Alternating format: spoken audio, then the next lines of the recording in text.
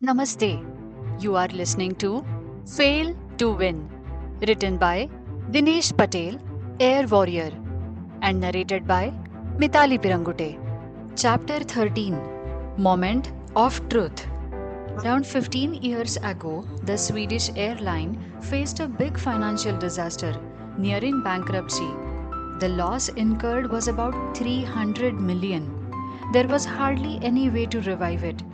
A big layoff was knocking on their door.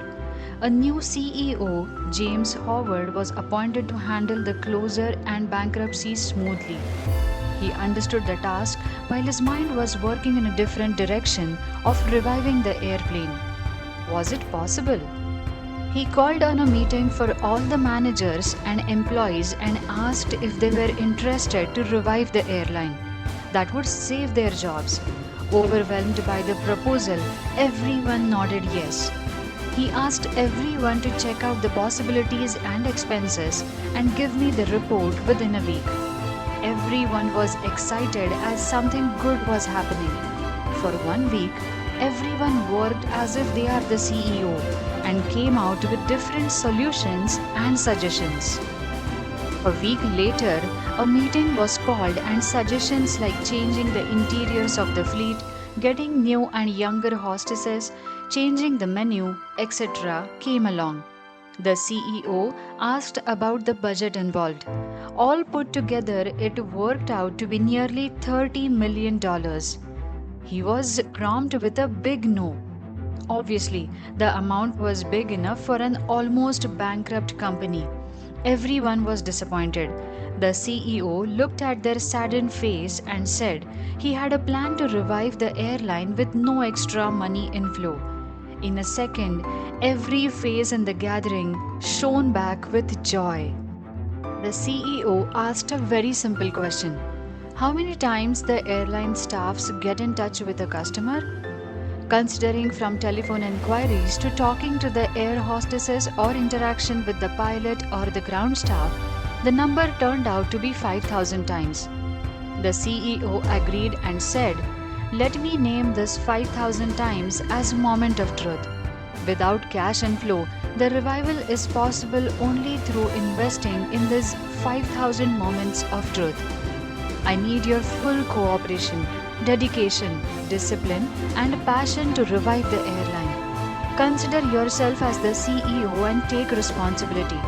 Meeting a passenger is our moment of truth, a God moment in front of us. We must make the best use of it. Impress them, serve them, touch their heart, and render them with extra wow service. Give them the experience they can never forget." Everyone agreed to the CEO's proposal.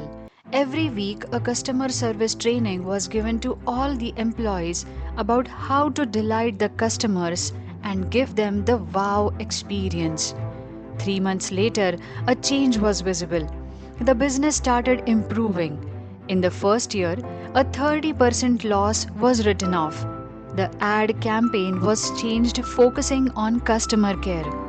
The ad campaign was like stewards putting lace of a child, exhibiting the extra care taken by Swedish airline, and won the best ad campaign award. Second year, another 30% was revived. Gradually, the investment came in and many improvements were done, which made it the most profitable airline in the world by the fifth year. The power of moment of truth became the game changer. This case study kick-started a new outlook. I made it a point to be good to people, soft, courteous, helpful, pleasant, cheerful, and respectful to each person I met. That made a big difference. They compared my setback and my attitude towards life and in turn developed more respect towards me. Napoleon Hill once said that the success you get in life is directly proportional to the service you render to the people. I made a balance sheet for help during my setback. I helped 75 people in some or the other way in solving their problems, including money which I borrowed for them. To balance that, I took help from 22 people, including borrowing to help someone else. I sincerely expressed gratitude to all those friends. An attitude of gratitude has an immense power to attract more, of which you express gratitude. फलक को जिद है जहां बिजलियां गिराने की, हमें भी जिद है वहां आशियां बनाने की.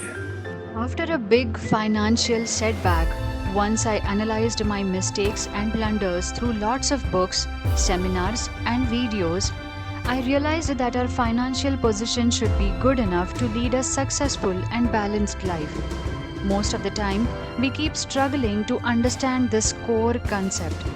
Half of the life we spend in thinking how to become cash rich, but end up doing financial scarcity management as well. To learn and revive my financial position, I realized some of these facts about money. Money does not understand hard work, it only understands smart work. As Bill Gates says, the difference between the rich and the poor is the rich earn money, save first, and then spend.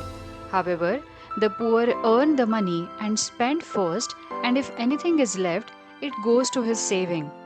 Money never checks for your background. It doesn't see whether you are good or bad.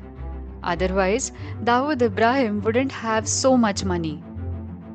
Paul McKenna mentioned a very inspiring line in his book, I Can Make You Rich.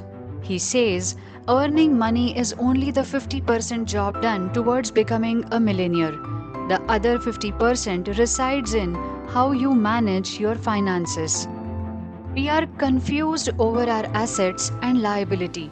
An asset is anything that generates money or appreciates. A property or a car with EMI depreciating is a liability. After realizing this, I sold out my house, which was under heavy EMI. The amount in the bank fetched me 3 times more interest than the EMI I was paying for the same property. The people whose homes have appreciated but income is not, they are always running short of money and they may be asset rich but cashless. Millionaires don't work for money. They make their money work for themselves.